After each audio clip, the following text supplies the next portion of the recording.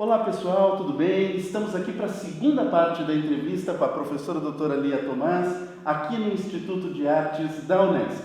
Houve também algum papel no processo dessa germanização às avessas de territórios ocupados pelos musicólogos? Eles tiveram algum papel nisso?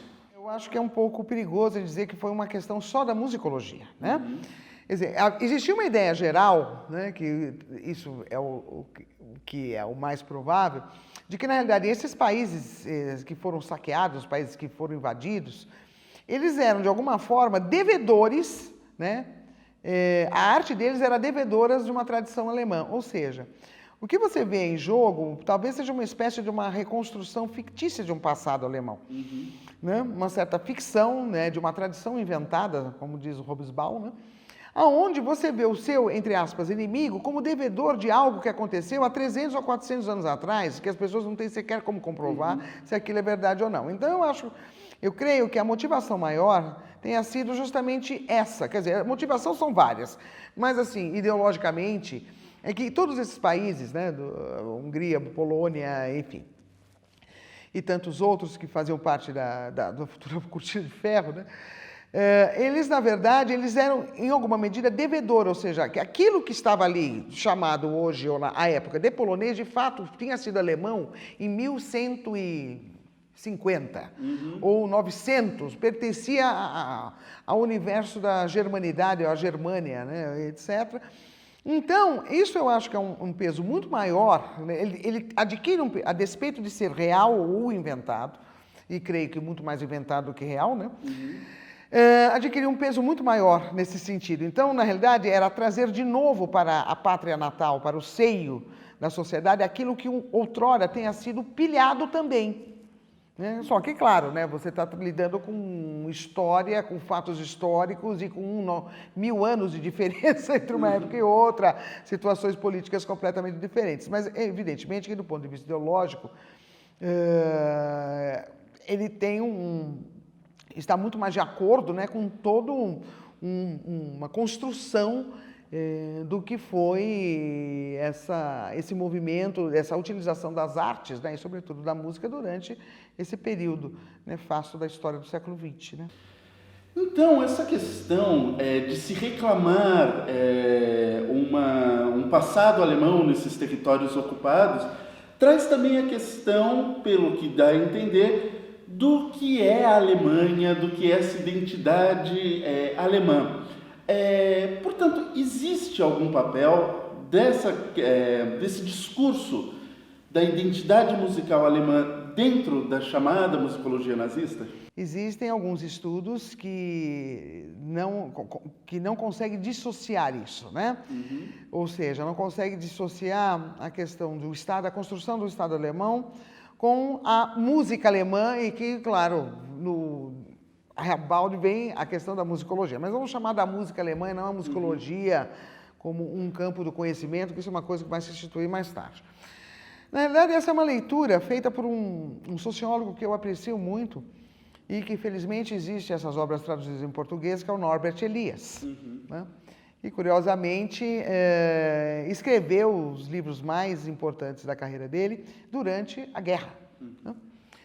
E o Norbert Elias, ele coloca algumas questões muito interessantes com relação a isso, que a Alemanha tem uma história muito particular com relação aos demais países, sobretudo França e Inglaterra.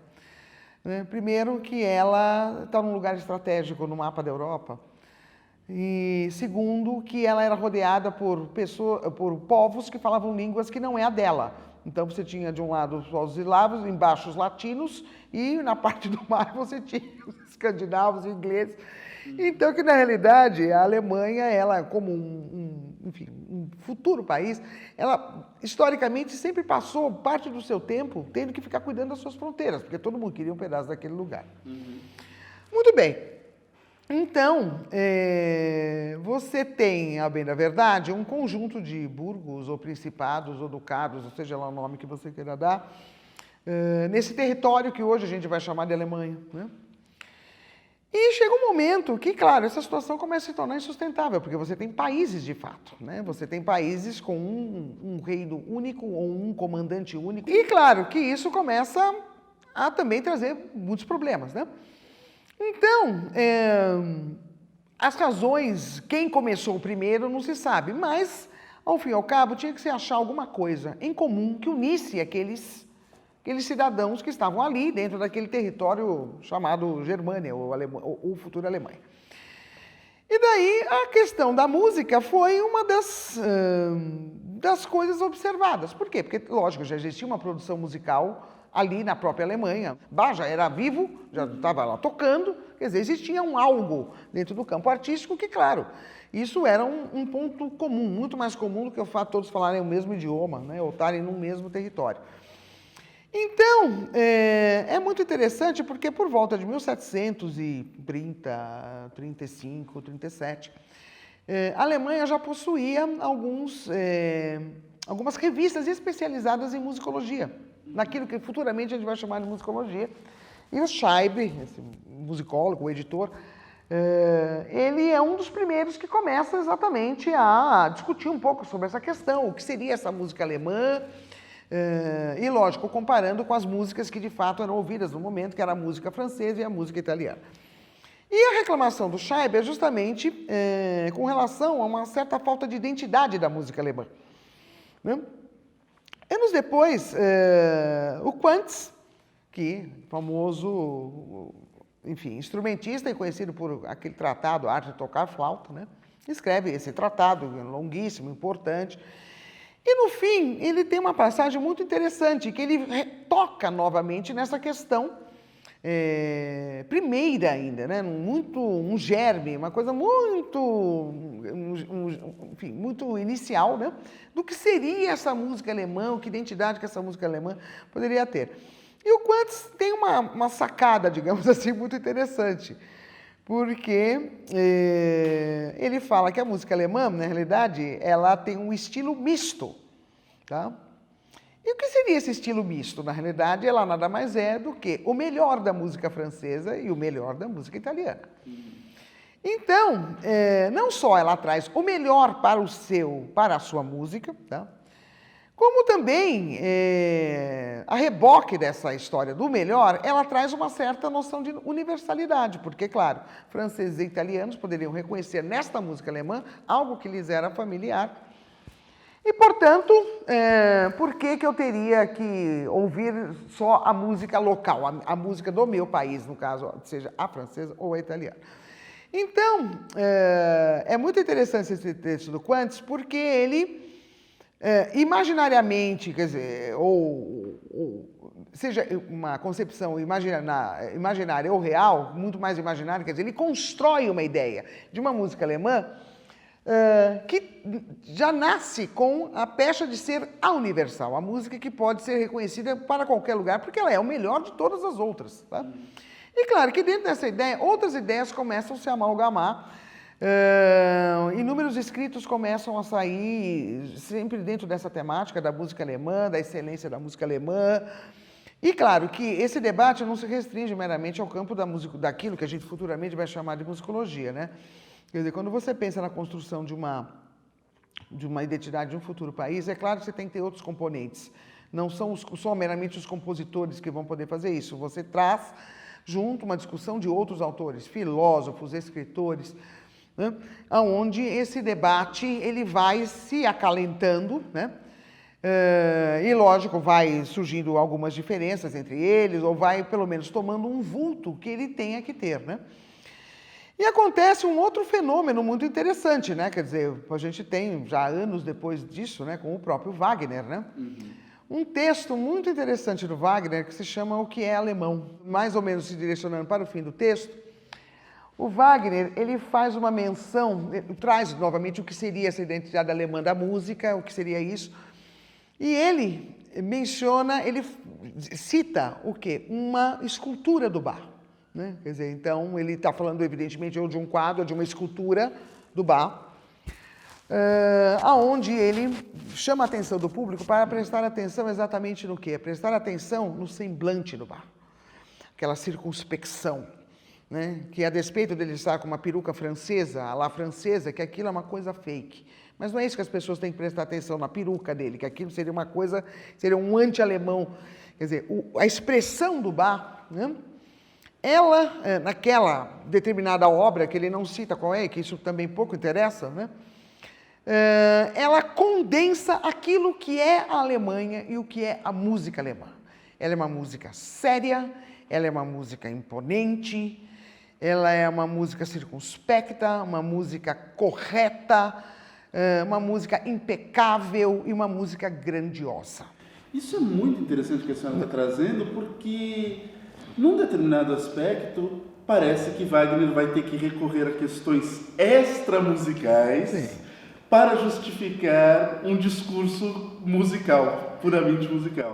Esse texto é um texto bastante curioso, bastante interessante, justamente porque, quer dizer, sobre outros aspectos, você pode até pensar que lógico, foi um momento onde a obra do Bach começava a ser redescoberta, reconhecida, mas não é meramente por conta da busca de uma certa germanidade que o Wagner faz isso. Também para, possivelmente, provar que ele tem uma ascendência direta, né? Quer dizer, também é um dos filhos de Bach. Né? Quer dizer, ele seria o Bach num momento onde o Bach já não estaria mais, né? E claro que essa monumentalização do Bach, sobretudo do Bach, vai trazer ao vivo, né, a reboque, novamente dizendo, um certo processo de monumentalização, né, da música. Monumentalização em que sentido? Vão ser obras monumentais? Não, monumentalização no sentido de você tornar isso público mesmo sem ser isso musical, ou seja, no sentido estrito, erguer monumento sobre. Uhum. Então, é quando você começa a ter a sinalização que aqui foi a casa que o Bach viveu, você começa a ter em praça pública bustos do Bach, busto e de outras personagens, né? Do Bach, do Beethoven. Naquele momento, quer dizer, você erguer praças com nome, estátuas, demarcar os ambientes, e claro que daí você tem começa a girar outras questões, né? Você está tornando essa identidade cada vez mais presente na vida das pessoas, porque quando isso começa a acontecer, a Alemanha não era efetivamente um país ainda, né? Então, é uma coisa muito diferente você pensar, hoje você erguer um monumento sobre qualquer coisa, você está entendendo? Enfim... quer dizer, um pouco diferente. E, naquele contexto, o peso que essa monumentalização vai trazer, sobretudo com as figuras musicais, porque ela tem, lógico, não é nada falar contra o Schiller ou contra o Goethe, mas naquele momento, ter estátua de Bach era mais importante do que ter uma estátua de qualquer outro personagem, porque, na realidade, o que você está querendo ligar é uma noção de nação com a música, né? Quer dizer, música e nação, elas se tornam quase que uma coisa incompletamente indissociável, né? Onde não dá para você separar uma da outra, porque você tem que achar um filão comum entre essas duas coisas, né? E saindo um pouquinho dessa questão da identidade, indo agora para a questão dos campos, né, de concentração, é sabido que o campo de Theresienstadt, ele foi um campo modelo. Está tendo alguma pesquisa, algum resgate da questão da música, da presença da música nesse campo de concentração específico? Sim, está sendo feito um resgate até bastante interessante. E, claro, para quem não sabe, o campo de Theresienstadt, como você mesmo falou, ele foi, durante a Segunda Guerra Mundial, considerado um campo modelo e que, de um modo geral, abrigou todos os artistas, músicos, escritores, enfim, atores. E claro que houve uma produção intensa musical lá dentro e que, evidentemente, muita coisa se perdeu, mas muita coisa ainda sobreviveu. Atualmente, pelo que eu saiba, esse assunto voltou à baila, ou seja, está sendo bastante pesquisado, existe um grupo grande de pesquisadores, sobretudo de europeus e norte-americanos, que estão resgatando esse material desses compositores, não só resgatando o material enquanto partitura, mas reexecutando essas obras, né?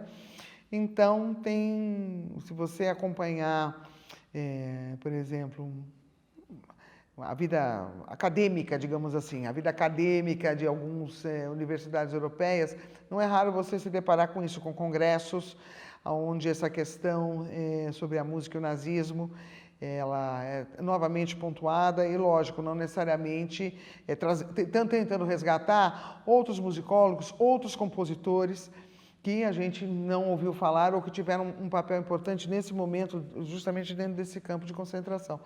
Então, para quem tiver interesse, há anos atrás a Decca lançou uma série sobre a música degenerada, né? Quer dizer, não era a música degenerada, né? No caso, essa música do campo de concentração não entraria, né? Digamos assim, mas, quer dizer, esse material hoje, ele não é uma coisa tão... não estou dizendo que você vai achar uma facilidade tremenda, mas ele não é talvez a dificuldade que você teria 20, 30 anos atrás. Porque se você tiver interesse nisso, você vai encontrar pesquisadores, como eu já disse, seja Estados Unidos ou Europa, então para citar alguns nomes, tá?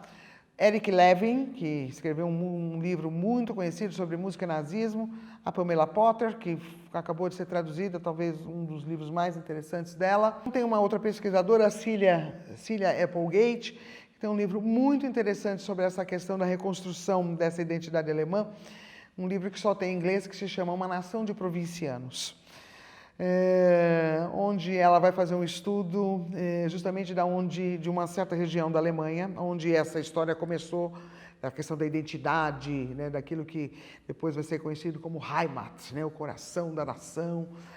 Um estudo bastante interessante. Então, a Cília e a Pamela trabalham, quer dizer, a música, no caso da Cília, mais colateralmente, a Pamela Potter trabalha exclusivamente com a música. O Michael Cater tem o Michael Mayer, dois Michaels, né? Que trabalham com esse material e assim, são os mais conhecidos, né? E outros tantos. Quer dizer, quem tiver interesse, hoje, infelizmente, você tem muito material, né? Sobre a questão da musical, e então eu acho que seria interessante, né, pensar um pouco nessa pesquisa, e que, claro, você pode pensar sobre isso em termos mundiais, no caso mais europeu, e tentar pensar isso sobre o Brasil também, né? Quer dizer, a gente não pode esquecer que durante os anos Vargas, né, digamos assim, durante o getulismo, que foi justamente o período quando eclodiu a Segunda Guerra Mundial, o Brasil tinha um certo namoro, assim, né, um namoro meio longínquo, mas assim, uma certa perseverança com relação à Alemanha e mesmo à Itália. Quem gostar desse temário, tem muita coisa para fazer ainda. Professora Elia Tomás, quero agradecer a disponibilidade da senhora. Foi uma entrevista maravilhosa, cheia de informações preciosas para a gente, para o nosso projeto. Eu que agradeço. Agradeço e ficamos até uma próxima oportunidade. Assim, espero. Bom, eu queria agradecer a todos, muito obrigada. E, enfim, agradecer também ao nosso instituto, né? A própria Unesp e a minha universidade e o instituto no qual eu trabalho, o Instituto de Arte, de fazer essa parceria, que pode ser bastante interessante para os interessados, né? Eu acho que uma das funções da universidade sempre é trazer a grande público aquilo que a gente faz. Bem, pessoal, agradeço vocês também por terem acompanhado a nossa entrevista aqui. Continue com a gente no nosso canal, continue acompanhando a gente no site, no Facebook, no Instagram. Até mais!